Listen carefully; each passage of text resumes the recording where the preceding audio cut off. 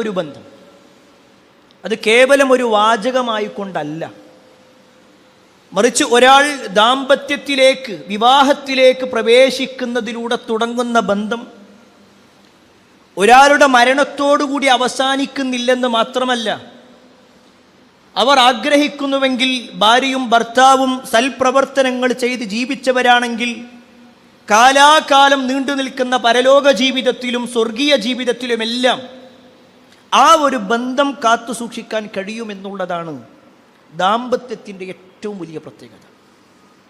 അതുകൊണ്ട് തന്നെ ആ ഒരു ബന്ധം ഏറ്റവും നല്ല രൂപത്തിലാവണമെന്ന് അള്ളാഹു അനുശാസിച്ചിട്ടുണ്ടെന്ന് മാത്രമല്ല, അതിനു വേണ്ടിയുള്ള പടിയെടുക്കലും ഉണ്ടാവണം.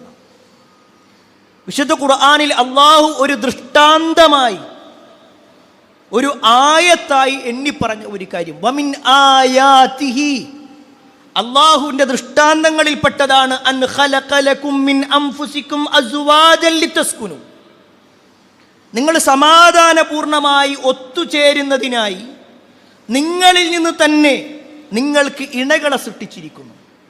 അതുമാത്രമല്ല വജഅല ബൈനകും മവദ്ദതും വറഹ്മ, നിങ്ങൾക്കിടയിൽ അങ്ങേയറ്റത്തെ സ്നേഹവും കാരുണ്യവും ഉണ്ടാക്കുക എന്നുള്ളതും അള്ളാഹു ഒരു ആയത്തായി, ഒരു ദൃഷ്ടാന്തമാക്കി വെച്ചിട്ടുണ്ട് എന്ന് അള്ളാഹു പറയുമ്പോൾ, കുടുംബ ജീവിതത്തിലൂടെ, ദാമ്പത്യ ജീവിതത്തിലൂടെ സമാധാനമാണ് ഉണ്ടാവേണ്ടത്.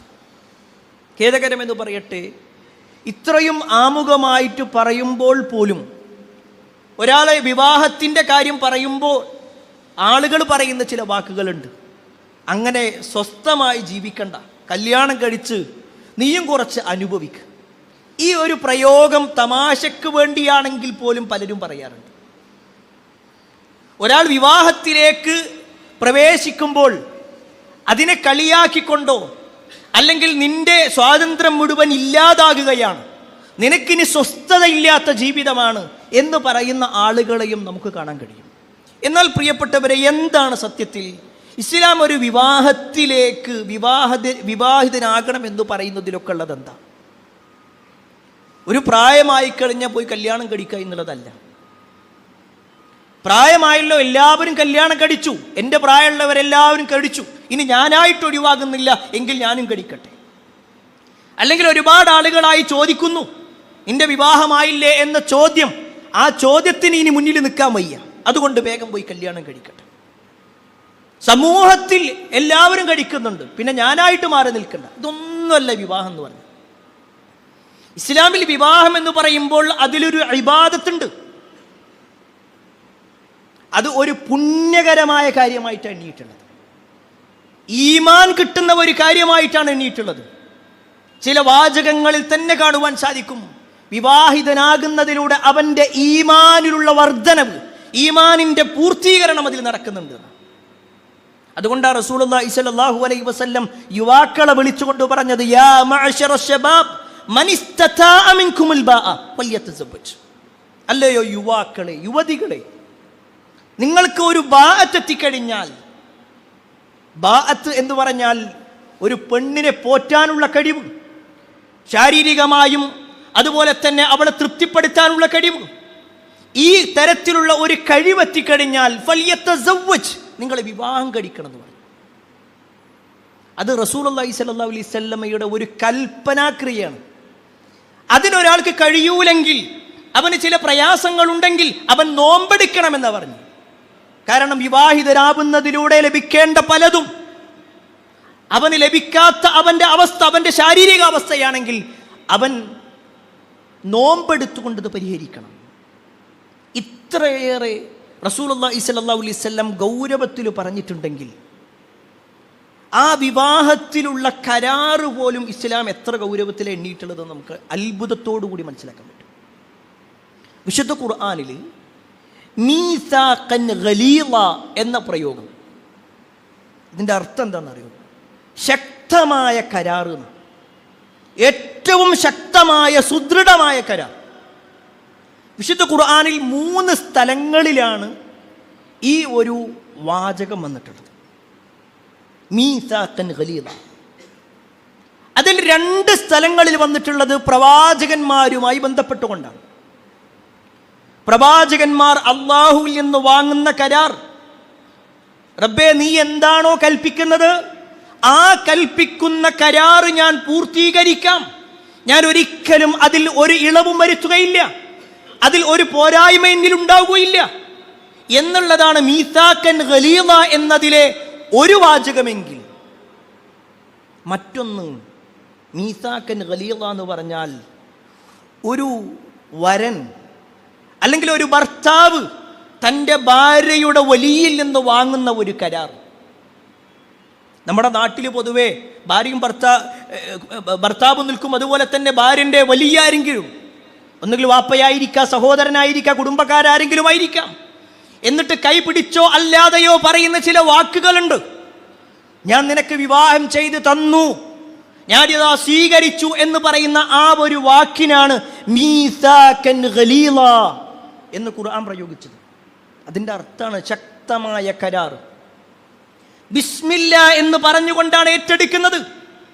എങ്കിൽ പ്രിയപ്പെട്ടവരെ, ആ ഒരു കരാറിൻ്റെ ഗൗരവം ഇന്ന് ഒട്ടുമിക്ക ആളുകൾ മറന്നുപോയിട്ടുണ്ട്. ഒട്ടുമിക്ക ആളുകൾ ഒരു പക്ഷേ ഇന്ന് വിവാഹത്തിനേക്കാൾ കൂടുതൽ വിവാഹമോചനങ്ങൾ നടക്കുന്നത്. കല്യാണം കഴിച്ച് മകളെ പറഞ്ഞേക്കുമ്പോൾ തന്നെ വാപ്പാൻ്റെ വാക്കെന്താ? നിനക്ക് പറ്റൂലേ, തിരിച്ചു പോന്നോ, ഒരു പേടിയും പേടിക്കണ്ട. വിവാഹിതനായി തൻ്റെ ഭാര്യയെ കൊണ്ടുവരുമ്പോഴേക്ക് തന്നെ അവിടെ വിവാഹമോചനവുമായി ബന്ധപ്പെട്ടുകൊണ്ടുള്ള ചർച്ചകൾ നടക്കുന്നുണ്ട്. ഒരു പക്ഷേ 10, 20, 30 കൊല്ലം ഒരുമിച്ച് ജീവിച്ചിട്ടും ഭാര്യയെ മനസ്സിലാക്കാത്ത ഭർത്താക്കന്മാർ, ഭർത്താവിനെ മനസ്സിലാക്കാത്ത ഭാര്യമാരുള്ള ഒരു കാലഘട്ടത്തിലാണ് ഉള്ളത്. ഈ ഇരിക്കുന്ന ഓരോരുത്തരും സമ്മതിക്കുന്ന ഒരു കാര്യമാണ്, പണ്ടുള്ളതിനേക്കാൾ വിവാഹമോചനങ്ങൾ കൂടിക്കൊണ്ടിരിക്കുകയാണ്. ഒരു വർഷം പോലും തികക്കാത്ത വിവാഹങ്ങൾ ഇല്ലേ നമ്മുടെ സമൂഹത്തിൽ? എങ്കിൽ പ്രിയപ്പെട്ടവരെ, എന്താണ് ഇതിൻ്റെ കാരണം എന്ന് നമ്മൾ പരിശോധിച്ചാൽ ഒരു കാരണം തന്നെയാണ് ഈ മീസാക്കൻ ഖലീദ എന്ന് പറയുന്ന അള്ളാന്റെ പേരുച്ചരിച്ച് നടത്തേണ്ട ഒരു കരാറിനെ ഏതെങ്കിലും ഒരു കച്ചവടത്തിന്റെ ഭാഗം ആ ഒരു പരിഗണന പോലും കൊടുക്കാത്തൊരവസ്ഥ, ഒരു വാക്കു കൊടുക്കുന്ന ഒരു പരിഗണന പോലും കൊടുക്കാത്തൊരവസ്ഥ, അള്ളാന്റെ പേര് പറഞ്ഞ് നടന്നിരുന്നു. എങ്കിൽ പ്രിയപ്പെട്ടവരെ, നമ്മുടെ കുടുംബജീവിതം അല്ല, നമ്മുടെ ദാമ്പത്യ ജീവിതം, ഭാര്യയും ഭർത്താവും തമ്മിലുള്ള ആ ഒരു ബന്ധം നന്നാവണമെങ്കിൽ നമ്മൾ ഇസ്ലാം പരിശോധിച്ച് നോക്കിക്കഴിഞ്ഞാൽ ഒരുപാട് കാര്യങ്ങൾ കാണാൻ കഴിയും. അതിലൊന്നാമത്തെ കാര്യം എന്താണെന്ന് വെച്ചിട്ടുണ്ടെങ്കിൽ, ഏറ്റവും പ്രധാനപ്പെട്ട കാര്യം ഭാര്യയും ഭർത്താവും തമ്മിൽ മനസ്സിലാക്കുക എന്നുള്ളത്. ഞാൻ ഇങ്ങനൊരു വിഷയം തിരഞ്ഞെടുക്കാനുള്ള കാരണം, ഈ കഴിഞ്ഞ ദിവസം പോലും ഒരു സുഹൃത്തുമായി ബന്ധപ്പെട്ടുകൊണ്ടുള്ള സംസാരത്തിൽ അത്യാവശ്യം ദീനിയായിക്കൊണ്ട് ജീവിക്കുന്ന ഒരാളാണെന്ന് വിചാരിച്ച ആ വ്യക്തിയുടെ സംസാരത്തിൽ പോലും ഭാര്യ എന്ന് പറഞ്ഞ ഞാൻ എന്തു പറഞ്ഞാലും കേൾക്കണം. ഭാര്യയും ഭർത്താവും, നമ്മുടെ മലയാളക്കരയിലുള്ള ആ പദപ്രയോഗങ്ങൾ ശ്രദ്ധിച്ചോ. ഭർത്താവ് എന്ന് പറഞ്ഞാൽ ഭരിക്കുന്നവൻ, ഭാര്യ എന്ന് പറഞ്ഞാൽ ഭരിക്കപ്പെടേണ്ടവൾ. ഇസ്ലാമിലതല്ല. ഇസ്ലാമിൽ വഖലഖനാകും അസ്വാജ, നിങ്ങളെ നാം ഇണകളാക്കി സൃഷ്ടിച്ചിട്ടുണ്ട്. ഭാര്യയ്ക്ക് ഭാര്യൻ്റെ റോളുണ്ട്, ഭർത്താവിന് ഭർത്താവിൻ്റെ റോളുണ്ട്. ഭർത്താവ് എന്തു പറഞ്ഞാലും അനുസരിക്കാൻ, ഒരു അടിമയായി നിലകൊള്ളാൻ, അതല്ല ഭാര്യ. ആ ഭാര്യയ്ക്ക് ചില ഉത്തരവാദിത്തങ്ങളുണ്ട് എന്നത് ശരിയാണ്. ഭർത്താവിനുള്ളതുപോലെ തന്നെ ഭർത്താവിന് ഉത്തരവാദിത്തമുണ്ട്, ഭാര്യയ്ക്കും ഉത്തരവാദിത്തമുണ്ട്. ഭാര്യയ്ക്ക് കടമകളുണ്ട്, ഭർത്താവിനും കടമകളുണ്ട്. എങ്കിൽ പ്രിയപ്പെട്ടവരെ, ഈ കുടുംബ ജീവിതത്തിൽ ദാമ്പത്യ ജീവിതം നന്നാവണമെങ്കിൽ ഏറ്റവും പ്രധാനപ്പെട്ട കാര്യം പരസ്പരം മനസ്സിലാക്കുന്നത്. വിശുദ്ധ ഖുർആനിൽ അല്ലാഹ് പറഞ്ഞത് ഹുന്ന ലിബാസുൽ ലക്കും വ അൻതും ലിബാസുൽ ലഹും. ആ പ്രയോഗം നോക്ക്. അവർ നിങ്ങൾക്കൊരു വസ്ത്രമാണ്, നിങ്ങൾ അവർക്കും ഒരു വസ്ത്രമാണ്. ആ ഒരു പ്രയോഗം അല്ലാഹ് പറയാം, നിങ്ങൾ പരസ്പരം വസ്ത്രങ്ങളാണ്. എൻ്റെ ഈ വസ്ത്രം എൻ്റെ ശരീരത്തിൻ്റെ ന്യൂനതകൾ മറച്ചു വെക്കുന്നതാണ്, എനിക്ക് തണുപ്പിൽ നിന്ന് സുരക്ഷയാണ്, എൻ്റെ ജീവിതത്തിൽ ഒരു സുരക്ഷിതത്വം നൽകുന്നതാണെങ്കിൽ അതുപോലെ ഭാര്യയ്ക്ക് ഭർത്താവ് സുരക്ഷയാവണം, ഭർത്താവിന് ഭാര്യ സുരക്ഷയാവണം. ഭർത്താവിൻ്റെ കുറവുകൾ ഇങ്ങനെ മറ്റുള്ളവരോട് പറഞ്ഞു നടക്കുന്നവരല്ല നല്ല ഭാര്യ. ഭാര്യയുടെ പോരായ്മകൾ എല്ലാ കുടുംബക്കാരോടും വിളിച്ചു പറയുന്നവരല്ല ഭർത്താവ്. പരസ്പരം പോരായ്മകളുണ്ടോ അത് മനസ്സിലാക്കി പരിഗണിക്കുകയാ വേണ്ടത്. പ്രത്യേകിച്ച് രണ്ടുപേരും രണ്ട് കുടുംബത്തിൽ നിന്ന് വന്നിട്ടുണ്ടാവുക. ചില വീടുകൾ ഒരു പക്ഷേ ഭാര്യൻ്റെ വീട് എന്ന് പറഞ്ഞാൽ കൂടുതലായിട്ടൊന്നും ആളുകളോട് സംസാരിക്കാത്തതായിരിക്കാം. എന്നാൽ ഭർത്താവിൻ്റെ വീട്ടിലേക്ക് അവൾ വരുമ്പോൾ ഭർത്താവിൻ്റെ വീട്ടിൽ എല്ലാവരും വരുന്നു. കുടുംബക്കാർ വരുന്നു, അയൽവാസികൾ വരുന്നു, പരിചയക്കാർ വരുന്നു, കൂട്ടുകാർ വരുന്നു. സ്വാഭാവികമായിട്ടും അവളുടെ ക്യാരക്ടർ, അവൾ അത്ര കാലം ജീവിച്ചത് ആരുമായിട്ടും അങ്ങനെ കൂടുതൽ ഇടപെടാതെ അപ്പോഴേക്ക് ഭർത്താവിൻ്റെ വാക്കുകൾ വരുന്നു, കുടുംബക്കാരുടെ വാക്കുകൾ വരുന്നു, ആക്ഷേപിച്ചുകൊണ്ടുള്ള വാക്കുകളാണ് ഉണ്ടാകുന്നത്. എങ്കിൽ അവിടെയാണ് പരിഗണിക്കേണ്ടത്. അവളുടെ ക്യാരക്ടർ അങ്ങനെയാണ്, അവൾ പണ്ട് മുതലേ അങ്ങനെ ജീവിച്ചതാണ്. പെട്ടെന്ന് നമ്മളിലേക്ക് ഇങ്ങനെ വരിക എന്ന് പറഞ്ഞാൽ പ്രയാസകരമായിരിക്കും. അതുകൊണ്ട് കുറച്ചൊന്ന് സാവകാശം കാണിക്കണം. അവിടെയാണ് പ്രിയപ്പെട്ടവരെ നമ്മുടെ നേതാവായ മുഹമ്മദ് മുസ്തഫ സല്ലല്ലാഹു അലൈഹി വസല്ലമയുടെ ചരിത്രത്തിൽ നമുക്ക് ചില ഗുണപാഠങ്ങളുണ്ട്. റസൂലുള്ളാഹി സ്വല്ലല്ലാഹു അലൈഹി വസല്ലം വിവാഹം കഴിച്ചിട്ടുള്ള ജൂത കുടുംബത്തിൽപ്പെട്ട ആളാണ് മഹദിയായ സഫിയ റളിയല്ലാഹു അൻഹ. സഫിയ റളിയല്ലാഹു അൻഹയുടെ ചരിത്രത്തിൽ നമുക്കറിയാം, അവർ ഖൈബറിൽ വെച്ചുകൊണ്ടാണ് വിവാഹിതരാകുന്നത്. നബി സല്ലല്ലാഹു അലൈഹി വസല്ലം സഫിയ ബീവിനെ വിവാഹം കഴിച്ചു. എന്നിട്ട് സഫിയ റളിയല്ലാഹു അൻഹയുടെ വീട്ടിലേക്ക് വീട് കൂടുന്ന സമയം അവരുടെ അടുത്തേക്ക് നബി സല്ലല്ലാഹു അലൈഹി വസല്ലം നീങ്ങി നിന്നപ്പോഴാണ് അവരുടെ മുഖത്ത് വലിയ ഒരു പാട് കണ്ടു. നബി സല്ലല്ലാഹു അലൈഹി വസല്ലം ചോദിച്ചു, സഫിയ എന്തു പറ്റി? എന്താണ് ഈ മുഖത്ത് ഈ പാട്? ഈ ഒരു അടയാളം എന്തിൻ്റെയാണ്? അവർ പറഞ്ഞു, അല്ലാഹുവിൻ്റെ റസൂലേ, ഞാൻ എൻ്റെ ആദ്യ ഭർത്താവിൻ്റെ കൂടെ ജീവിക്കുന്ന സമയത്തൊരു സ്വപ്നം കണ്ടു. ആ സ്വപ്നം എൻ്റെ ഭർത്താവിനോട് പറഞ്ഞപ്പോൾ ആ സ്വപ്നം പറഞ്ഞതിൻ്റെ പേരിൽ അയാൾ എന്നെ അടിച്ചതാണ്. ഞാനവിടെ വീണുപോയി. ശക്തമായ അടിയായിരുന്നു. നബി സല്ലല്ലാഹു അലൈഹി വസല്ലം അവരെ സമാധാനിപ്പിച്ചു. പിറ്റേ ദിവസം നബി സല്ലല്ലാഹു അലൈഹി വസല്ലമയുടെ കൂടെ ഖൈബറിൽ നിന്ന് മദീനയിലേക്ക് സഫിയ ബീവി വരിക. നബി സല്ലല്ലാഹു അലൈഹി വസല്ലമക്കുള്ള ഒട്ടകം കൊണ്ടുവരപ്പെട്ടു, സഫിയ ബീവിക്കുള്ള ഒട്ടകം കൊണ്ടുവരപ്പെട്ടു. നമ്മൾ ചരിത്രത്തിൽ വായിച്ചിട്ടുണ്ട്, സഫിയ റളിയല്ലാഹു അൻഹ എന്ന് പറഞ്ഞാൽ ഖസീറ, ചെറിയ ഒരാളായിരുന്നു, തീരെ ഹൈറ്റ് ഉണ്ടായിരുന്നില്ല. അവർക്ക് കൊണ്ടുവന്ന ഒട്ടകം കൊണ്ടുവരപ്പെട്ടു. അതിൻ്റെ മുന്നിൽ ഇങ്ങനെ അവർ നോക്കി നിൽക്കുക, അതിൻ്റെ മുകളിൽ കയറാൻ പറ്റണില്ല. അവിടെയാണ് റസൂലുള്ളാഹി സ്വല്ലല്ലാഹു അലൈഹി വസല്ലമ എന്ന് പറയുന്ന ഭർത്താവിൻ്റെ റോള്. നബി സല്ലല്ലാഹു അലൈഹി വസല്ലമ സഫിയ ബീവിൻ്റെ അടുത്തേക്ക് നീങ്ങി നിന്നു. എന്നിട്ട് പറഞ്ഞു, സഫിയ, ഞാനിവിടെ ഇരിക്കാം, നിങ്ങൾ എൻ്റെ കാലിൽ ചവിട്ടുക, എൻ്റെ തുടയിൽ ചവിട്ടിയിട്ട് എൻ്റെ ഷോൾഡറിൽ കാല് വെക്കുക, ഞാൻ നിങ്ങളെ പിടിച്ചിട്ട് ഇതിൻ്റെ മുകളിലേക്ക് വെച്ചരാം. റസൂലുള്ളാഹി സ്വല്ലല്ലാഹു അലൈഹി വസല്ലം വിവാഹിതനായി ഏതാനും നിമിഷങ്ങൾ അല്ലെങ്കിൽ ഏതാനും മണിക്കൂറുകളായിട്ടുള്ളൂ. ഞാനൊരു ഭർത്താവാണ്, എങ്ങനെയാണെങ്കിലും ഞാൻ നോക്കേണ്ടതില്ല എന്ന് പറഞ്ഞുകൊണ്ടുള്ള ആ ഭർത്താവിൻ്റെ ആ ഒരു ഗൗരവക്കാരനായിട്ടല്ല റസൂലുള്ളാഹി സ്വല്ലല്ലാഹു അലൈഹി വസല്ലം ആണ്. നബി സല്ലല്ലാഹു അലൈഹി വസല്ലം അവിടെ പരിഗണിക്കുകയാണ്, തൻ്റെ ഭാര്യൻ്റെ അവസ്ഥ പരിഗണിക്കുക. പ്രിയപ്പെട്ടവരെ, പറയാൻ പറ്റുമോ നമുക്ക്? ഇതിൽ ഭർത്താക്കന്മാരുണ്ടല്ലോ, ഭാര്യമാരുണ്ടല്ലോ. നമ്മുടെ ഈ സംസാരത്തിൽ ഒരു ഭർത്താവിനെ പരിഗണിച്ചുകൊണ്ട് സംസാരിക്കുക, ഭാര്യയെ പരിഗണിച്ചുകൊണ്ട് സംസാരിക്കുക, അവരുടെ അവസ്ഥ മനസ്സിലാക്കുക. അവിടെയാണ് റസൂലുള്ളാഹി സ്വല്ലല്ലാഹു അലൈഹി വസല്ലം നമുക്ക് പഠിപ്പിച്ചു തരുന്നത്. രണ്ടാമത്തെ കാര്യം, ഭാര്യയും ഭർത്താവും തമ്മിലുള്ള ദാമ്പത്യ ജീവിതം നന്നാവണമെങ്കിൽ ഏറ്റവും പ്രധാനപ്പെട്ട കാര്യമാണ് സ്നേഹിക്കുക എന്നതും സ്നേഹം പ്രകടിപ്പിക്കുക എന്നതും. ആ കേവലം ഒരു വാചകമല്ല, സ്നേഹിക്കുക എന്ന് പറയലല്ല. എല്ലാവരും സ്നേഹിക്കുന്നുണ്ടാകും. എന്തിനാ രാവിലെ മുതൽ വൈകുന്നേരം വരെ അധ്വാനിക്കുന്നതെന്ന് ചോദിച്ചാൽ നമുക്ക് പറയാനുള്ളത് അത് ഭാര്യയ്ക്കും കുട്ടികൾക്കും വേണ്ടിയിട്ട് തന്നെ. എന്നാൽ പ്രിയപ്പെട്ടവരെ, എന്തുകൊണ്ട് ഭാര്യ മറ്റൊരുത്തൻ്റെ കൂടെ ഒളിച്ചോടി? എന്തുകൊണ്ട് മക്കൾ വാപ്പാക്ക് എന്നോട് ഇഷ്ടമില്ല എന്ന് പറയുന്നു? അത് ചോദിക്കുമ്പോഴാണ് അവർക്ക് എന്നോട് സ്നേഹമില്ല എന്ന് അവർക്കൊക്കെ പറയാനുള്ളത്.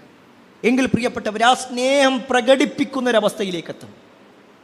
അത് കേവലം ആ വിവാഹത്തിൻ്റെ തുടക്കത്തിൽ മാത്രം പറയേണ്ട ഒന്നല്ല. നമ്മുടെ ഭാര്യയെ ചേർത്ത് നിർത്തിക്കൊണ്ട് പറയാൻ കഴിയണം, ഞാൻ നിന്നെ ഒരുപാട് ഇഷ്ടപ്പെടുന്നുണ്ട് എന്ന്. നമ്മുടെ നേതാവായ മുഹമ്മദ് മുസ്തഫ സല്ലല്ലാഹു അലൈഹി വസല്ലമയുടെ ജീവിതത്തെക്കുറിച്ച് മഹദിയായ ആയിഷ റളിയല്ലാഹു അൻഹയോട് ചോദിക്കാണ്, പ്രവാചകൻ സല്ലല്ലാഹു അലൈഹി വസല്ലം എങ്ങനെയായിരുന്നു വീട്ടിലേക്ക് കയറുമ്പോൾ? നബി സല്ലല്ലാഹു അലൈഹി വസല്ലം വീട്ടിലേക്ക് കയറുമ്പോൾ സലാം പറയും, ബിസ്മില്ല പറയും. എന്നിട്ട് പ്രവാചകൻ സല്ലല്ലാഹു അലൈഹി വസല്ലം മിസ്വാക്ക് ചെയ്യും. എന്നിട്ട് ഭാര്യയെ ചുംബിച്ച് ആ ഭാര്യയെ ചേർത്ത് നിർത്തും. സുബ്ഹാനല്ലാഹ്.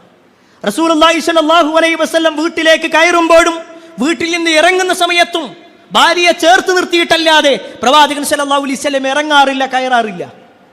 അതൊരു സ്നേഹത്തിന്റെ വാക്കാണ്, സ്നേഹത്തിന്റെ പരിഗണനകളാണ്. മഹദിയായ ആയിഷ റളിയല്ലാഹു അൻഹ പറയുക അവരുടെ ജീവിതത്തിലുള്ള ഏറ്റവും നല്ല ഒരു കാര്യത്തെക്കുറിച്ച്. റസൂലുള്ളാഹി സ്വല്ലല്ലാഹു അലൈഹി വസല്ലമ എങ്ങനെയായിരുന്നു അവരോട് പെരുമാറിയിരുന്നതെന്നോ? കുൻതു അശ്റബു വഅന ഹായിദ്. നബി സല്ലല്ലാഹു അലൈഹി വസല്ലമക്ക് പാല് കൊണ്ടുവരപ്പെടും. ആ സമയത്ത് പ്രവാചകൻ സല്ലല്ലാഹു അലൈഹി വസല്ലം ആ പാൽ എൻ്റെ മുന്നിലേക്ക് നീക്കും. ആയിഷ റളിയല്ലാഹു അൻഹ പറയാണ് വഅന ഹായിദ്, ഞാൻ ആ സമയത്ത് ആർത്തവകാരിയാണ്. ആർത്തവകാരിയായിരിക്കെ റസൂലുള്ളാഹി സ്വല്ലല്ലാഹു അലൈഹി വസല്ലം ആ പാലിന്റെ പാത്രം എന്നിലേക്ക് നീട്ടും. എന്നിട്ട് പറയും ആയിഷ നീ കുടിക്ക്. ആയിഷ റളിയല്ലാഹു അൻഹ കുടിക്കും. എന്നിട്ട് റസൂലുള്ളാഹി സ്വല്ലല്ലാഹു അലൈഹി വസല്ലം വീണ്ടും ചോദിക്കും, ആയിഷ നീ എവിടെ വെച്ചാണ്, നിന്റെ ചുണ്ട് ഏത് ഭാഗത്ത് വെച്ചാണ് കുടിച്ചിട്ടുള്ളത്? ആയിഷ റളിയല്ലാഹു അൻഹ പറയുക ഈ ഭാഗത്ത് വെച്ച്. അതേ ഭാഗത്ത് തൻ്റെ ചുണ്ട് വെച്ചുകൊണ്ട് റസൂലുള്ളാഹി സ്വല്ലല്ലാഹു അലൈഹി വസല്ലം കുടിക്കുകയും ആയിഷ റളിയല്ലാഹു അൻഹയെ തൃപ്തിപ്പെടുത്തുകയും ചെയ്യും. നബി സല്ലല്ലാഹു അലൈഹി വസല്ലമക്ക് വല്ല ഇറച്ചിയും കൊണ്ടുവന്നാൽ നബി സല്ലല്ലാഹു അലൈഹി വസല്ലം അത് ആദ്യം ഞാൻ കഴിക്കട്ടെ, ഞാനാണ് ഭർത്താവ് എന്നല്ല പറയാ. നബി സല്ലല്ലാഹു അലൈഹി വസല്ലം നേരെ ആയിഷ ബീവിയിലേക്ക് നീട്ടും, ഭാര്യമാരിലേക്ക് നീട്ടും, നിങ്ങൾ കഴിക്കും. അവർ കടിച്ചതിൻ്റെ ബാക്കിയാണ് റസൂലുള്ളാഹി സ്വല്ലല്ലാഹു അലൈഹി വസല്ലം കഴിക്കുക. ഇത്രയും പരിഗണന കൊടുത്ത പ്രവാചകൻ സല്ലല്ലാഹു അലൈഹി വസല്ലം. ഇത് നമ്മൾ പറയുമ്പോൾ ഇന്നത്തെ കാലഘട്ടം ഏതാണെന്നുള്ളത് കൂടി മനസ്സിലാക്കണം. ആർത്തവകാരിയായതിൻ്റെ പേരിൽ ഒരു പെൺകുട്ടിയെ വീട്ടിൽ നിന്ന് പുറത്തേക്കിറക്കി വീടിന്റെ സമീപത്തുള്ള ഒരു ചാലയിൽ കിടത്തി അവിടെ ആ പെൺകുട്ടി തണുത്തു മരവിച്ച വാർത്തകൾ നമ്മൾ അറിഞ്ഞിട്ടുണ്ട് ഏതാനും മാസങ്ങൾക്ക് മുമ്പ്. ഒരു പക്ഷേ നമ്മൾ അത്രത്തോളം ഉണ്ടാവില്ല, എങ്കിലും ഭാര്യ അവൾ മെൻസസ്സുകാരിയാണെന്നറിഞ്ഞാൽ പിന്നെ മാറ്റിക്കിടത്തുന്ന ആളുകളുണ്ട്. നീ മറ്റേ റൂമിൽ പോയി കിടന്നു എന്ന് പറയുന്നവരുണ്ട്. റസൂലുള്ളാഹി സ്വല്ലല്ലാഹു അലൈഹി വസല്ലമ മറ്റൊരു റൂമിലേക്ക് മാറ്റിയല്ല, കൂടെ ഇരുത്തി, കൂടെ കിടത്തി. നബി സല്ലല്ലാഹു അലൈഹി വസല്ലം അവർക്ക് വേണ്ട പരിഗണനകൾ കൊടുക്കുകയാണ്. കാരണം ആ ഒരു സമയം അവളുടെ ഹോർമോണിൽ ചേഞ്ച് വരികയാണ്, അവൾക്ക് ശാരീരികമായ പ്രയാസങ്ങൾ ഉണ്ടാകുകയാണ്, ശക്തമായ വേദനകൾ വരുന്ന സമയമാണ്. അത് കൃത്യമായി അറിയുന്ന പ്രവാചകൻ സല്ലല്ലാഹു അലൈഹി വസല്ലം അവരെ പരിഗണിച്ചു. അവർക്ക് വേണ്ട സൗകര്യങ്ങൾ ചെയ്തു കൊടുക്കുക, അവർക്ക് വേണ്ട സൗകര്യങ്ങൾ ചെയ്തു കൊടുക്കുക. ഒരു പക്ഷേ നമ്മുടെ ഭാര്യമാരൊക്കെ ആ ഒരു മാസത്തിലെ ഏതാനും ദിവസങ്ങൾ ശക്തമായ വേദന നമ്മളോട് പറയുമ്പോൾ ചിലരെങ്കിലും അതിനെ ഒരു തീരെ പരിഗണന കൊടുക്കാത്ത സംസാരങ്ങൾ നടത്തുന്ന ആൾക്കാർ. നിനക്ക് മാത്രമേ ഇതുള്ളൂ, ബാക്കിയുള്ളവർ ഇങ്ങനെ തന്നെയല്ലേ? ഒന്നൊരു പക്ഷേ ഒന്ന് പുറത്തുനിന്ന് ഭക്ഷണം വാങ്ങിത്തരുമോ എന്ന് ചോദിക്കുമ്പോൾ ശക്തമായ വയറുവേദന കാരണത്താൽ അവൾ കമിഴ്ന്ന് കിടക്കുന്ന സമയത്ത് കാലുകൊണ്ട് ചവിട്ടി എഴുന്നേൽപ്പിക്കുന്ന ഭർത്താക്കന്മാരില്ലേ? പ്രിയപ്പെട്ടവർ, അവിടെയാണ് റസൂലുള്ളാഹി സ്വല്ലല്ലാഹു അലൈഹി വസല്ലം വ്യത്യസ്തനാകുന്നത്. നബി സല്ലല്ലാഹു അലൈഹി വസല്ലം പരിഗണിക്കണം, അവരുടെ അവസ്ഥ നോക്കിക്കൊണ്ട് നബി സല്ലല്ലാഹു അലൈഹി വസല്ലം പരിഗണിക്കുന്നു. ഇവിടെ സ്വാഭാവികമായിട്ടും ചില ആളുകൾക്കെങ്കിലും സംശയം ഉണ്ടാകും, നമ്മളെങ്ങനെ നമ്മുടെ ഭാര്യയോട് പെരുമാറണം. ആ ഒരു ചോദ്യം ഇബ്നു ഉസൈമീൻ റഹ്മത്തുള്ളാഹി അലൈഹിയോട് ചോദിക്കപ്പെട്ടു, ഞാൻ എൻ്റെ ഭാര്യയോട് എങ്ങനെ പെരുമാറണം? അതിന് അദ്ദേഹം കൊടുത്ത മറുപടി എന്താണെന്നറിയോ? നിനക്കൊരു പെൺകുട്ടി ഉണ്ടെന്ന് വിചാരിക്കും, നിനക്കൊരു പെൺകുട്ടി ഉണ്ടെന്ന് വിചാരിക്കും. ആ പെൺകുട്ടിയെ നീ ഒരാൾക്ക് വിവാഹം ചെയ്തു കൊടുത്തു. ആ വിവാഹിതനായ നിന്റെ മരുമകൻ നിന്റെ മകളോട് എങ്ങനെ പെരുമാറണമെന്ന് നീ ആഗ്രഹിക്കുന്നുവോ അതുപോലെ നീ നിന്റെ ഭാര്യയോട് പെരുമാറും. സുബ്ഹാനല്ലാഹ്, എത്ര കൃത്യമാണ് വാക്കുകൾ. നമ്മൾ നമ്മുടെ പെൺകുട്ടിയെ അവൾക്ക് 18 വയസ്സ് വരെ 20 വയസ്സ് വരെ കണ്ണിലുണ്ണിയായിക്കൊണ്ട് വളർത്തി എല്ലാ സൗകര്യങ്ങളും ചെയ്തു കൊടുത്ത് മറ്റൊരുത്തന്റെ കൈകളിലേക്ക് ഏൽപ്പിക്കുന്ന സമയത്ത് കൈകൾ വിറച്ചുകൊണ്ടല്ലാതെ ഒരു വാപ്പയും ആ കൈകൾ കൊടുക്കൂല. ഏതൊരു വാപ്പയും പിടുത്തം വിടുന്ന, കണ്ണ് കലങ്ങുന്ന രംഗം തൻ്റെ മകളെ കൊണ്ട് ഏൽപ്പിച്ചു കൊടുക്കുമ്പോൾ എങ്കിൽ എന്നിട്ട് അതിനുശേഷം എൻ്റെ മകൾ എങ്ങനെയാണെന്ന് അന്വേഷിക്കുന്ന വാപ്പയാണല്ലോ നമ്മൾ. എങ്കിൽ പ്രിയപ്പെട്ടവരെ, നമ്മുടെ ഭാര്യയുടെ വിഷയത്തിൽ നമ്മുടെ ഭാര്യയുടെ വാപ്പ ഇതുപോലെ 18 കൊല്ലവും 20 കൊല്ലമൊക്കെ നോക്കിയിട്ടാണ് നമ്മുടെ കയ്യിലേക്ക് ഏൽപ്പിച്ചത്. അവളെ നോക്കാൻ കഴിയൂലെങ്കിൽ തിരിച്ചതേപോലെ ഏൽപ്പിക്കാൻ കഴിയണം. അവളെ പ്രയാസപ്പെടുത്താനല്ല ഇസ്ലാം പഠിപ്പിക്കുന്നത്, അവളെ ബുദ്ധിമുട്ടിക്കാനല്ല. എത്രത്തോളം എന്നാൽ പണ്ഡിതന്മാർ പറയുന്നുണ്ട്, അവളുടെ വീട്ടിൽ എത്രത്തോളം സ്വസ്ഥതയിലായിരുന്നോ അവൾ, അതിലേറെ സ്വസ്ഥത നിനക്ക് കൊടുക്കാൻ കഴിയുന്നുണ്ടെങ്കിൽ മാത്രം നീ വിവാഹം ചെയ്താൽ മതി. അവളുടെ വീട്ടിൽ എത്രത്തോളം സമാധാനത്തിലായിരുന്നു അവൾ, അതിലേറെ സമാധാനം നിന്റെ വീട്ടിലൂടെ കൊടുക്കാൻ പറ്റണം. അല്ലാതെ അവളെ കൊണ്ടുവന്നിട്ട് കയറില്ലാതെ കെട്ടിയിടല്ല, ആ രൂപത്തിൽ അവളെ പ്രയാസപ്പെടുത്തുക എന്നല്ല ഇസ്ലാം പഠിപ്പിക്കുന്നത്. റസൂലുള്ളാഹി സ്വല്ലല്ലാഹു അലൈഹി വസല്ലം ഇത് പഠിപ്പിക്കുമ്പോൾ തന്നെ സഹോദരിമാരും ശ്രദ്ധിക്കണം. ഒരു പെണ്ണിനെ സംബന്ധിച്ചിടത്തോളം ഏറ്റവും നല്ല പെണ്ണാരാണെന്ന് റസൂലുള്ളാഹി സ്വല്ലല്ലാഹു അലൈഹി വസല്ലം പറഞ്ഞു. നിസാഉകും മിൻ അഹ്ലിൽ ജന്ന, നിങ്ങളുടെ കൂട്ടത്തിൽ ആരാണ് സ്വർഗസ്ത്രീ എന്ന് നിങ്ങൾക്കറിയുമോ? പെണ്ണുങ്ങളുടെ കൂട്ടത്തിൽ ആരാണ് സ്വർഗസ്ത്രീ എന്നോ? റസൂലുള്ളാഹി സ്വല്ലല്ലാഹു അലൈഹി വസല്ലം പറയാണ് അൽ വദൂദ്, അൽ വദൂദ്, ധാരാളമായി കൊണ്ട് സ്നേഹിക്കുന്നവളാണ്, ധാരാളമായി കൊണ്ട് സ്നേഹിക്കുന്നവൾ. അൽ വലൂദ്, ധാരാളമായി പ്രസവിക്കുന്നവളാണ്. അൽ അഊദു അലാ സൗജിഹാ, ഭർത്താവിൻ്റെ കാര്യത്തിൽ അഊദായിട്ടുള്ളവർ. അതിന് പണ്ഡിതന്മാർ കൊടുക്കുന്ന ഒരു വ്യാഖ്യാനമുണ്ട്. ഭാര്യയും ഭർത്താവും തമ്മിൽ പ്രശ്നം ഉണ്ടാകുമ്പോൾ, എന്തെങ്കിലും ചില അസ്വാരസ്യങ്ങൾ ഉണ്ടാകുമ്പോൾ, അഭിപ്രായ വ്യത്യാസങ്ങൾ ഉണ്ടാകുമ്പോൾ, ചില തർക്കങ്ങൾ ഉണ്ടാകുമ്പോൾ ഭാര്യ ഭർത്താവിൻ്റെ അടുത്തേക്ക് വരും. എന്നിട്ട് ഭർത്താവിൻ്റെ കയ്യിലേക്ക് തൻ്റെ കൈ ചേർത്ത് വെച്ചുകൊണ്ട് പറയും, നിങ്ങൾ എന്നോട് മിണ്ടാതെ ഞാൻ ഉറങ്ങൂല. ഭർത്താവിൻ്റെ അടുക്കൽ അങ്ങോട്ട് ചെന്നിട്ട് ഒരു വിട്ടുവീഴ്ചയുടെ വാക്ക് പറയാ, ക്ഷമയുടെ വാക്ക് പറയാ. ഇങ്ങനെയുള്ള പെണ്ണുങ്ങളാണ് സ്വർഗസ്ത്രീകളെന്ന് റസൂലുള്ളാഹി സ്വല്ലല്ലാഹു അലൈഹി വസല്ലം പഠിപ്പിച്ചതായിട്ട് പണ്ഡിതന്മാരുടെ വാചകങ്ങളിൽ നമുക്ക് കാണുവാൻ സാധിക്കും. അതുപോലെ തന്നെ പ്രിയപ്പെട്ടവരെ, ദാമ്പത്യ ജീവിതം നന്നാവണമെങ്കിൽ ഏറ്റവും പ്രധാനപ്പെട്ട ഒരു കാര്യമാണ് ഭാര്യയോടൊന്നിച്ചിരിക്കാൻ സമയം കണ്ടെത്തുക എന്നുള്ളത്. ഇന്നെല്ലാവരും തിരക്കിലാണ്, ഒന്നിനും സമയമില്ല. നമുക്കാകുള്ളതൊരു ഭാര്യ. എന്നാൽ ഒന്നിലധികം ഭാര്യമാരുണ്ടായിരുന്ന റസൂലുള്ളാഹി സ്വല്ലല്ലാഹു അലൈഹി വസല്ലമയെ കുറിച്ച് അവരുടെ ഭാര്യമാർക്കാർക്കും പരാതി ഉണ്ടായിരുന്നില്ല. കാരണം റസൂലുള്ളാഹി സ്വല്ലല്ലാഹു അലൈഹി വസല്ലമ സുബഹ് നമസ്കാരം കഴിഞ്ഞ് ളുഹാ നമസ്കാരം കഴിഞ്ഞാൽ പിന്നെ പ്രവാചകൻ സ്വല്ലല്ലാഹു അലൈഹി വസല്ലം ഇറങ്ങും. തൻ്റെ ഭാര്യമാരുടെ എല്ലാവരുടെ അടുത്തേക്കും ചെല്ലും, എല്ലാവരുടെ ഹുജറയിലേക്കും ചെല്ലും. എന്നിട്ട് അവരോടൊന്നിച്ചിരുന്ന് അവർക്ക് വേണ്ടി പ്രാർത്ഥിക്കും. എന്നിട്ട് പ്രവാചകൻ സ്വല്ലല്ലാഹു അലൈഹി വസല്ലം അതിനുശേഷമാണ് തൻ്റെ വീട്ടിലേക്ക് തിരിച്ചു വരിക. ഏത് വീട്ടിലാണോ നബി സല്ലല്ലാഹു അലൈഹി വസല്ലം ഉള്ളത് ആ വീട്ടിലേക്ക് തിരിച്ചു വരിക. അതുപോലെ തന്നെ അസ്ർ നമസ്കാരം കഴിഞ്ഞാലും ഇതിനിടയിൽ പ്രവാചകൻ അധ്വാനിക്കുന്നുണ്ട്. ഇതിനിടയിൽ പ്രവാചകൻ സല്ലല്ലാഹു അലൈഹി വസല്ലമ വീടിൻ്റെ കാര്യങ്ങൾ നോക്കുന്നുണ്ട്, എല്ലാം ചെയ്യുന്നുണ്ട്. പക്ഷേ ആ ഭാര്യയോടൊന്നിച്ച് സംസാരിക്കാനുള്ള സമയം ഇന്ന് പല ആളുകൾക്കും ഇല്ല, സമയമല്ല. എന്താ പാക പറയാനുള്ളത്? എല്ലാവരും ചോദിക്കുന്ന ചോദ്യം എന്താപ്പം ഞാൻ പറയാന്ന്. എങ്കിൽ പ്രിയപ്പെട്ടവരെ, അവിടെ നമുക്ക് ചോദിക്കാനുണ്ട്. നമ്മുടെ ഭാര്യയുമായി ബന്ധപ്പെട്ടുകൊണ്ട് അവളെ ഒന്ന് ഇരുത്തിക്കൊണ്ട് ചോദിക്കണം, ഞാൻ എന്ന ഭർത്താവിനെ കുറിച്ച് എന്താ നിൻ്റെ അഭിപ്രായം? എൻ്റെ അടുത്ത് വല്ല പോരായ്മകളുണ്ടോ? എൻ്റെ ജീവിതത്തിൽ ഞാൻ ശ്രദ്ധിക്കേണ്ട ചില കാര്യങ്ങളുണ്ട്. ആ സമയത്ത് അവൾ ഒരു പക്ഷേ സ്നേഹത്തോടു കൂടി പറയും, ഒന്നുമില്ല, പക്ഷേ എനിക്ക് നിങ്ങളോടൊരു കാര്യം പറയാൻ. ഒരു കാര്യം, നിങ്ങളെല്ലാവരുടെ മുന്നിൽ വെച്ചുകൊണ്ട് എന്നോട് ദേഷ്യപ്പെടാറില്ലേ, അത് നിങ്ങൾ ഒഴിവാക്കണം. മക്കളെ മുന്നിൽ വെച്ചുകൊണ്ട് നിങ്ങൾ എന്നോട് ചൂടാവാറില്ലേ, അത് നിങ്ങൾ ഒഴിവാക്കണം. നിങ്ങളുടെ കുടുംബക്കാരെ കാണുമ്പോൾ എന്നെ ആക്ഷേപിക്കുന്ന വാക്കുകൾ നിങ്ങൾ പറയാറില്ലേ, അത് നിങ്ങളൊന്ന് മാറ്റണം. പ്രിയപ്പെട്ടവരെ, ഇതൊക്കെ അവരുടെ മനസ്സിനെ എത്രത്തോളം സ്വാധീനിക്കുന്നുണ്ടെന്നറിയോ? എത്രയോ കുടുംബ ബന്ധങ്ങൾ ഇങ്ങനെ തകർന്നു പോകാനുള്ള കാരണം നമ്മുടെ ഇത്തരത്തിലുള്ള ചില പദങ്ങളാണ്. റസൂലുള്ളാഹി സ്വല്ലല്ലാഹു അലൈഹി വസല്ലമ ഭാര്യയെ ആക്ഷേപിക്കാനല്ല പഠിപ്പിച്ചത്, ചേർത്ത് നിർത്താനാണ് പറഞ്ഞിട്ടുള്ളത്. എല്ലാവരുടെ മുന്നിലും വെച്ചുകൊണ്ട് അവളെ കളിയാക്കുന്ന സംസാരങ്ങളുണ്ടല്ലോ, പാടില്ല എന്ന് ഇസ്ലാം പറഞ്ഞു. ഭാര്യയോടൊന്നിച്ച് അവളെ പരിഗണിച്ചുകൊണ്ട് കൂടിയാലോചന നടത്തുക.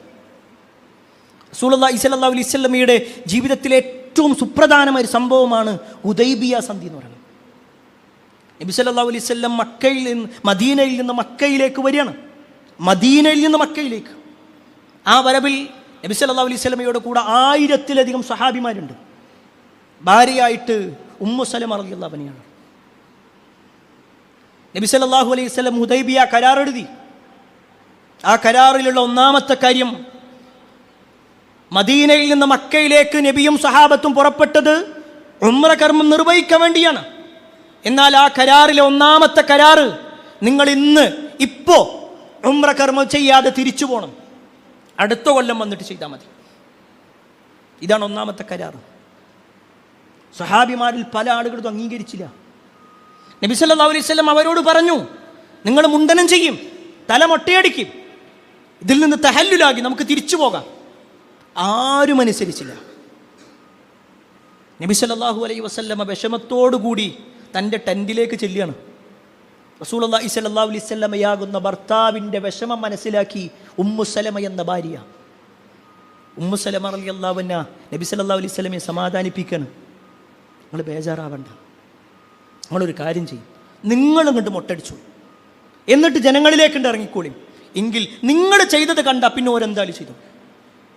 ഉമ്മു സലമ റളിയല്ലാഹു അൻഹ ഒരു രാഷ്ട്രീയത്തിൻ്റെ വലിയ ഒരു കാര്യം, രണ്ട് രാജ്യങ്ങൾ തമ്മിലുള്ള കരാറിൻ്റെ ഏറ്റവും വലിയ കാര്യം അവിടെ നബി സല്ലല്ലാഹു അലൈഹി വസല്ലമ പങ്കുവെച്ചത് ഭാര്യയോടാണ്.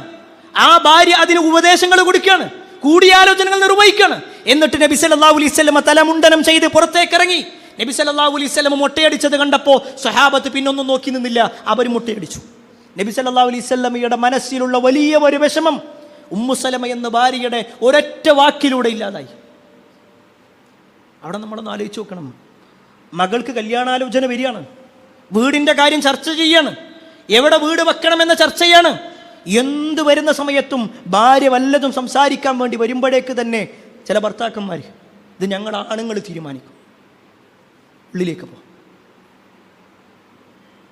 നമ്മുടെ പെൺകുട്ടിയെ ആരാണ് പ്രസവിച്ചത്? നമ്മുടെ ഭാര്യ. ആ പെൺകുട്ടിക്ക് 2 അതിലധികമോ കൊല്ലം പാല് കൊടുത്തതാരാ? അത് നമ്മുടെ ഭാര്യ. അവളെ സ്കൂളിലേക്ക് പറഞ്ഞയച്ചതാരാ? അത് നമ്മുടെ ഭാര്യ. അവൾക്ക് വേണ്ട ഭക്ഷണം ഉണ്ടാക്കി കൊടുത്തതാരാ? അത് നമ്മുടെ ഭാര്യ. അവളുടെ വസ്ത്രം ഉടുപ്പിച്ചതാരാ? അത് നമ്മുടെ ഭാര്യ. അവളുടെ ജീവിതത്തിൽ ഏറ്റവും കൂടുതൽ പറയാനുള്ള അർഹത ആർക്കാണോ ആ അർഹത മാറ്റിയിട്ടാണ് നമ്മൾ പറയണത് മിണ്ടാൻ പാടില്ല, ഞങ്ങൾ തീരുമാനിക്കും. ഇവിടെ അതെങ്ങനെ തീരുമാനിക്കാൻ പറ്റും? അവിടെ ഭാര്യയ്ക്ക് പരിഗണനയില്ലേ? അവളുമായിട്ട് ചർച്ച ചെയ്യേണ്ടതില്ലേ? വീടിൻ്റെ വിഷയം ഏറ്റവും കൂടുതൽ ആ വീട്ടിൽ താമസിക്കുന്നത് ഭാര്യയാണ്. ഒരു പക്ഷേ നമ്മൾ രാവിലെ പോയി കഴിഞ്ഞാൽ രാത്രി തിരിച്ചു വരിക. ആ വീടിൻ്റെ കാര്യത്തിൽ സംസാരിക്കാൻ അവൾക്ക് യോഗ്യതയില്ലേ? എങ്കിൽ പ്രിയപ്പെട്ടവരെ, ആ തരത്തിലുള്ള പരിഗണനകൾ അത് കൊടുക്കാൻ നമുക്ക് കഴിയണം. ഭാര്യയെ ഇരുത്തിക്കൊണ്ട് അവൾക്ക് വേണ്ട പരിഗണന കൊടുക്കാൻ കഴിയണം. അവളൊരു വാക്ക് പറയുമ്പോൾ അത് കേൾക്കാനുള്ളൊരു മനസ്സെങ്കിലും കാണിക്കണം. പല ഭാര്യമാരും ചിലപ്പോൾ വീട്ടിലിങ്ങനെ നമ്മൾ ചെല്ലുമ്പോഴേക്ക് പരാതിയുമായിട്ട് പറയും. ഒരു പക്ഷേ ഉമ്മയുമായി ബന്ധപ്പെട്ടുകൊണ്ടായിരിക്കാം, പെങ്ങളുമായി ബന്ധപ്പെട്ടുകൊണ്ടായിരിക്കാം. ഒരു പക്ഷേ ഇതാ വെക്കേഷൻ വരുന്നു, നമ്മുടെ വീട്ടിലേക്ക് അതിഥികൾ വരും, അതിനെക്കുറിച്ചുള്ള സംസാരങ്ങളായിരിക്കാം. എന്ത് തന്നെയാണെങ്കിലും മിനിമം കേൾക്കാനുള്ളൊരു മനസ്സെങ്കിലും നമ്മൾ കൊടുക്കണം. നമ്മൾ കേൾക്കുക എന്ന് പറഞ്ഞാൽ എല്ലാം നമ്മൾ പരിഹരിച്ചു കൊടുക്കുക എന്നുള്ളതല്ല, എല്ലാം പരിഹരിച്ചു കൊടുക്കാനല്ല, മറിച്ച് അവളൊന്ന് പറയുമ്പോൾ അതൊന്ന് ശ്രദ്ധയോടുകൂടി ഒരു വാക്കും പറയാതെ ഒന്ന് കേട്ടിരിക്കുക. അതിനോളം അവൾക്ക് സന്തോഷമുള്ള മറ്റൊരു കാര്യമില്ല. എങ്കിൽ അതിനുപോലും പരിഗണന കൊടുക്കാത്ത, അതിനുപോലും ശ്രദ്ധ കൊടുക്കാത്ത ആളുകളെയാണ് നമുക്ക് കാണാൻ കഴിയുക. ഇനി പ്രിയപ്പെട്ടവരെ, കുടുംബജീവിതത്തിൽ ഏറ്റവും പ്രധാനപ്പെട്ട കാര്യമാണ് പരസ്പര സഹായികളാവുക എന്നുള്ളത്. റസൂലുള്ളാഹി സ്വല്ലല്ലാഹു അലൈഹി വസല്ലം അങ്ങനെയുള്ള ഒരു ഭർത്താവായിരുന്നു, സഹായിയായ ഭർത്താവ്. നബി സല്ലല്ലാഹു അലൈഹി വസല്ലമ ഒരു ജമാഅത്ത് പോലും മുടക്കിയിട്ടില്ല, ഒരു നിസ്കാരം പോലും നബി സല്ലല്ലാഹു അലൈഹി വസല്ലം ഒഴിവാക്കിയിട്ടില്ല.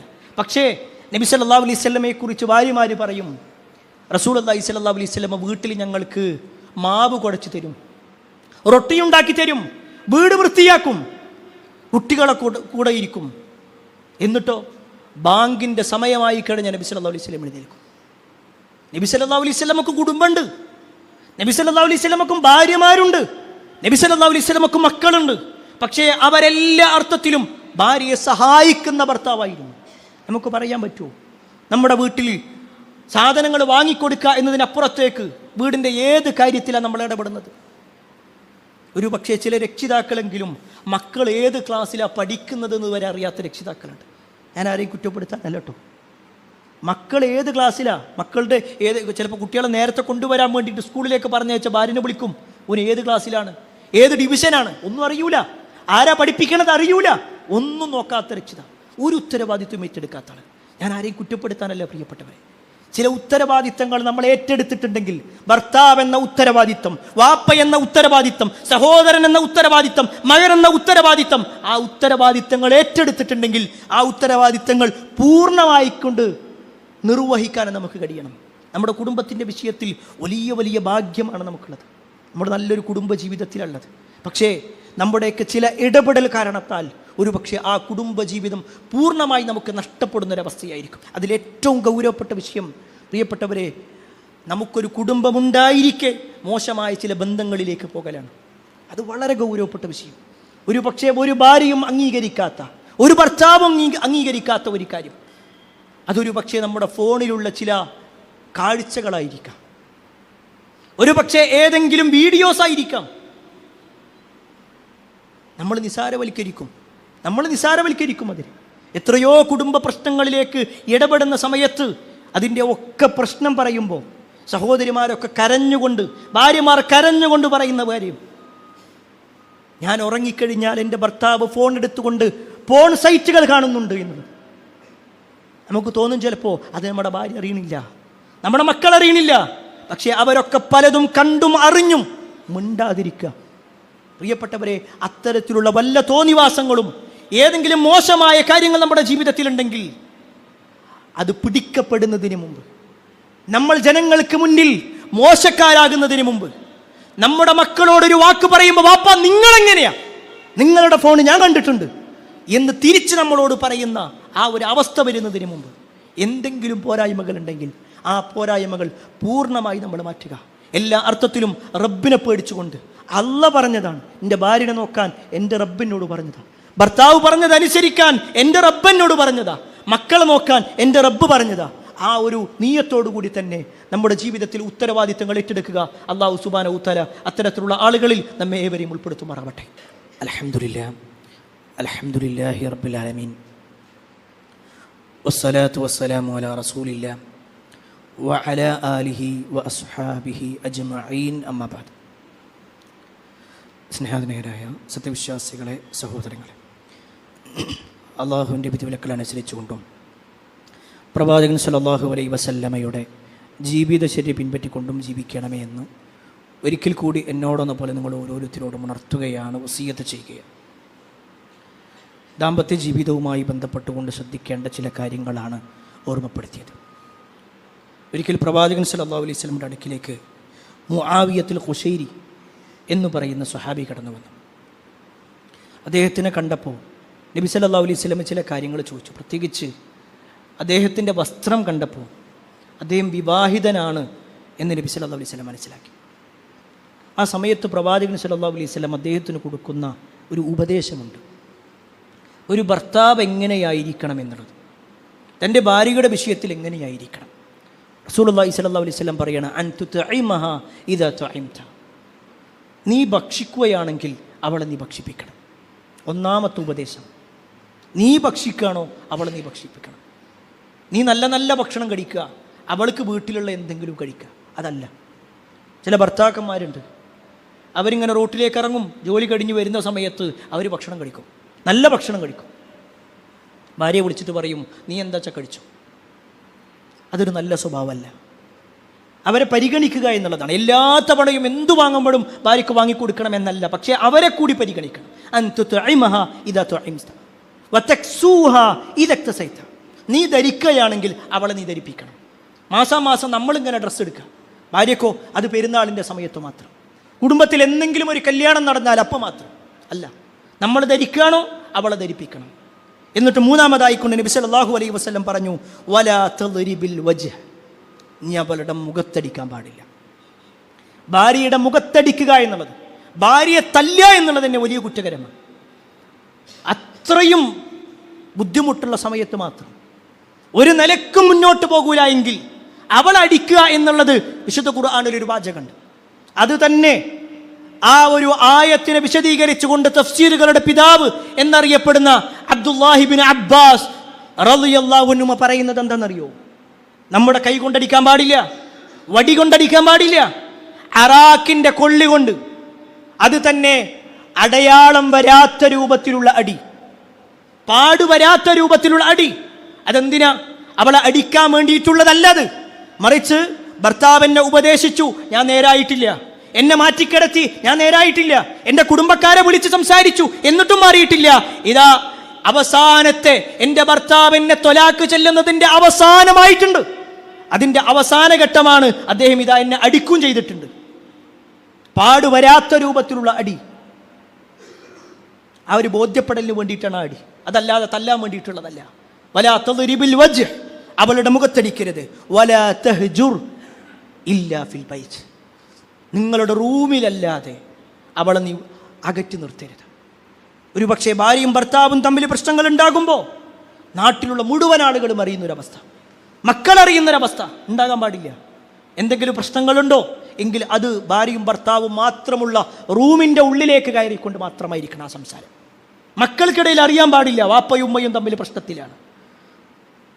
അമ്മായിമ്മയും അമ്മോശനും അറിയാൻ പാടില്ല, അയൽവാസികൾ അറിയാൻ പാടില്ല. അതല്ലാത്ത രൂപത്തിൽ അത് പറഞ്ഞ് മനസ്സിലാക്കി പോകുന്ന രൂപമാണ് ഉണ്ടാവേണ്ടത്. പ്രിയപ്പെട്ടവരെ, ഇതൊക്കെ കുടുംബജീവിതം നന്നാകാൻ വേണ്ടി റസൂലുള്ളാഹി സ്വല്ലല്ലാഹു അലൈഹി വസല്ലം പഠിപ്പിച്ച കാര്യങ്ങളാണെങ്കിൽ ഈ പറഞ്ഞ ഓരോ കാര്യങ്ങളും ഭർത്താവിൻ്റെ ഉത്തരവാദിത്തമുണ്ട്, ഭാര്യൻ്റെ ഉത്തരവാദിത്തമുണ്ട്. എത്രത്തോളം എന്നാൽ റസൂലുള്ളാഹി സ്വല്ലല്ലാഹു അലൈഹി വസല്ലം ഭാര്യമാരോട് പറഞ്ഞ ഒരൊറ്റ വാചകം മതി എല്ലാ അർത്ഥത്തിലും ഒരു ഭാര്യ മനസ്സിലാക്കാൻ. നബി സല്ലല്ലാഹു അലൈഹി വസല്ലം പറയാണ്, പ്രവാചകൻ സല്ലല്ലാഹു അലൈഹി വസല്ലമയുടെ അടുക്കിലേക്ക് മുആദ് റളിയല്ലാഹു അൻഹു വരികയാണ്. അദ്ദേഹം വന്ന് പ്രവാചകന്റെ മുന്നിൽ സുജൂദ് ചെയ്തു. നബി സല്ലല്ലാഹു അലൈഹി വസല്ലം അദ്ദേഹത്തെ വിലക്കി. എന്നിട്ട് പറഞ്ഞു, ഒരു മനുഷ്യനും മറ്റൊരു മനുഷ്യന്റെ മുന്നിൽ സുജൂദ് ചെയ്യാൻ പാടില്ല.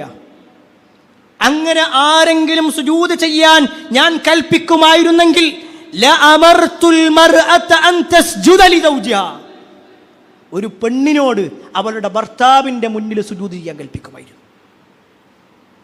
വേറൊന്നും വിശദീകരിക്കേണ്ടതില്ല. ഒരു പെണ്ണിന് എത്രത്തോളം ഒരു ഭർത്താവിനോട് ഉത്തരവാദിത്തം ഉണ്ടെന്നുള്ളത് ഇത് മനസ്സിലാക്കാൻ പറ്റും. ചില സഹോദരിമാരെങ്കിലും ഭർത്താവിൻ്റെ കുറ്റങ്ങൾ ഇങ്ങനെ മറ്റുള്ളവരോട് പറഞ്ഞ് നടക്കുന്നവരുണ്ട്. ഭർത്താവിൻ്റെ കുറവുകൾ മറ്റുള്ളവരോട് പറഞ്ഞ് നടക്കുക ചെയ്യാൻ പാടില്ല.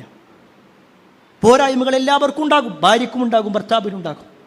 ആ പോരായ്മകൾ ഉള്ളപ്പോൾ തന്നെ അവരെ പരിഗണിച്ചുകൊണ്ടും അവരെ അംഗീകരിച്ചുകൊണ്ടും അവരെ ചേർത്ത് നിർത്തിക്കൊണ്ടുമാണ് ഭാര്യയും ഭർത്താവും മുന്നോട്ട് പോകേണ്ടത്. എങ്കിലാണ് പ്രിയപ്പെട്ടവരെ കുടുംബജീവിതത്തിൽ ഒരു ഖൈറും ബറക്കത്തും, നേരത്തെ ഖുർആനിൽ സൂചിപ്പിച്ച ആ ഒരു മവദ്ദത്ത്, ആ ഒരു സ്നേഹവും ഒക്കെ ഉണ്ടാകുള്ളൂ. ആ ഒരർത്ഥത്തിൽ കുടുംബജീവിതം മുന്നോട്ട് കൊണ്ടുപോകാൻ ഞാനും നിങ്ങളും പരിശ്രമിക്കുക, പ്രാർത്ഥിക്കുക. അല്ലാഹു സുബ്ഹാനഹു വ തആല എല്ലാ അർത്ഥത്തിലുമുള്ള ഒരു സമാധാനം നമ്മുടെ കുടുംബജീവിതത്തിൽ നൽകുമാറാവട്ടെ. ഒരുപാട് ആളുകൾ പ്രാർത്ഥന കൊണ്ട് വസിയത്ത് നൽകിയിട്ടുണ്ട്. എല്ലാവരുടെയും പ്രാർത്ഥന അല്ലാഹു സ്വീകരിക്കുമാറാവട്ടെ. അല്ലാഹുമ്മ ഗ്ഫിർ മുഅ്മിനീന വൽ മുഅ്മിനാത്ത് വൽ മുസ്ലിമീന വൽ മുസ്ലിമാത്ത് അൽ അഹ്യാഇ മിൻഹും വൽ അംവാത്ത് ഇന്നക മുജീബു ദഅവാതി യാ ഖാദിൽ ഹജാത്ത്. അല്ലാഹുമ്മ അജ്ർനാ മിനൻ നാർ, അല്ലാഹുമ്മ അജ്ർനാ മിനൻ നാർ, അല്ലാഹുമ്മ അജ്ർനാ മിനൻ നാർ. റബ്ബനാ ആതിനാ ഫിദ് ദുനിയ ഹസന വഫിൽ ആഖിറതി حسنة وقنا عذاب النار. آمين آمين برحمتك يا أرحم الراحمين والحمد لله رب العالمين.